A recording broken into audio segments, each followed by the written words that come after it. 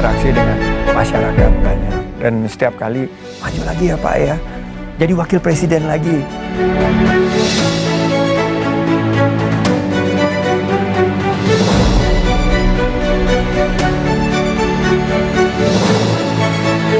Menteri Pariwisata dan Ekonomi Kreatif, Sandiaga Uno, santer dikabarkan akan menjadi cawapres Ganjar Pranowo dalam kontestasi pemilihan presiden tahun 2024 mendatang.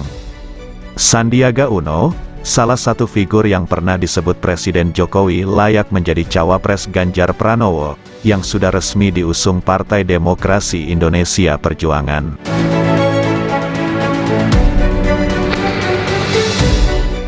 Keputusan Sandi meninggalkan Gerindra dan bergabung dengan P3 semakin memperkuat dugaan publik bahwa mantan Wakil Gubernur DKI Jakarta bakal menjadi Wapres Ganjar Pranowo. Benarkah Sandiaga Uno akan berpasangan dengan Ganjar di Pilpres 2024 nanti? Bagaimana tanggapan keduanya terkait wacana tersebut?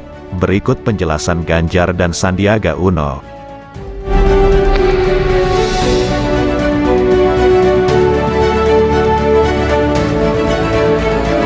Saya memiliki pemikiran bahwa jika kita ingin mewujudkan mimpi kita untuk mendorong apa yang menjadi harapan, saya ini keliling Indonesia dari 2019 itu non-stop. Di luar pemerintahan 1 tahun, setelah gabung di pemerintahan, diajak Pak Presiden sebagai pembantu Presiden, 3 tahun terakhir ini saya dengarkan apa yang menjadi harapan dari masyarakat. Ini yang ingin saya perjuangkan. Dan pemikiran inilah yang akhirnya menjadi landasan keputusan saya untuk menyampaikan secara terbuka dan melalui kontemplasi yang panjang. Ya 8,5 bulan lebih di 2019 itu saya keliling Indonesia, 1.700 titik aktivitas dan aktivasi kampanye yang saya jalankan. Tapi saya melihat bahwa akhirnya nanti pilihan itu tetap jatuh di tangan para pimpinan partai politik, dan keputusan itu juga tidak akan diambil tanpa ada pertimbangan. Pasti mereka akan mempertimbangkan masukan dan akhirnya akan mengambil keputusan yang terbaik tentunya buat NKRI. Saya berinteraksi dengan masyarakat banyak, dan setiap kali maju lagi ya Pak ya, jadi wakil presiden lagi, atau aja Pak pimpin Indonesia, atau segala macam.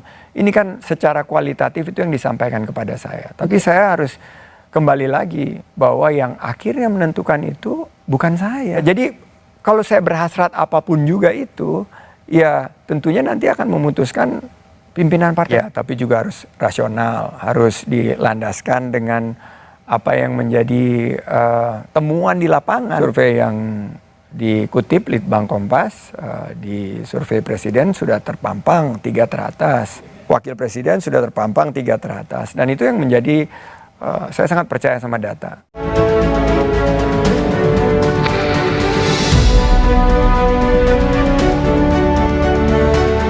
Iya, saya kira beliau bijaksana. Sama kan? Pasti akan ditentukan oleh partai. Karena inilah dalam sistem kepartaian yang ada di Indonesia, maka kemudian partai pasti akan berkomunikasi setelah ini. Saya kira sudah benar pernyataan seperti itu, karena pasti kitalah bukan yang menentukan. Kecuali kita ketua partai, mungkin kita akan bisa menyampaikan itu lebih gamblang. PDI Perjuangan enggak, sudah disiapkan timnya kok untuk itu. Karena memang mekanisme kami internal di PDI Perjuangan seperti itu. Jadi saya sampaikan bahwa sebagai kader saya, dilahirkan, digembleng besar itu di partai ini, dididik begitu, maka ada porsi-porsi yang kemudian kita bisa menyelesaikan satu persatu.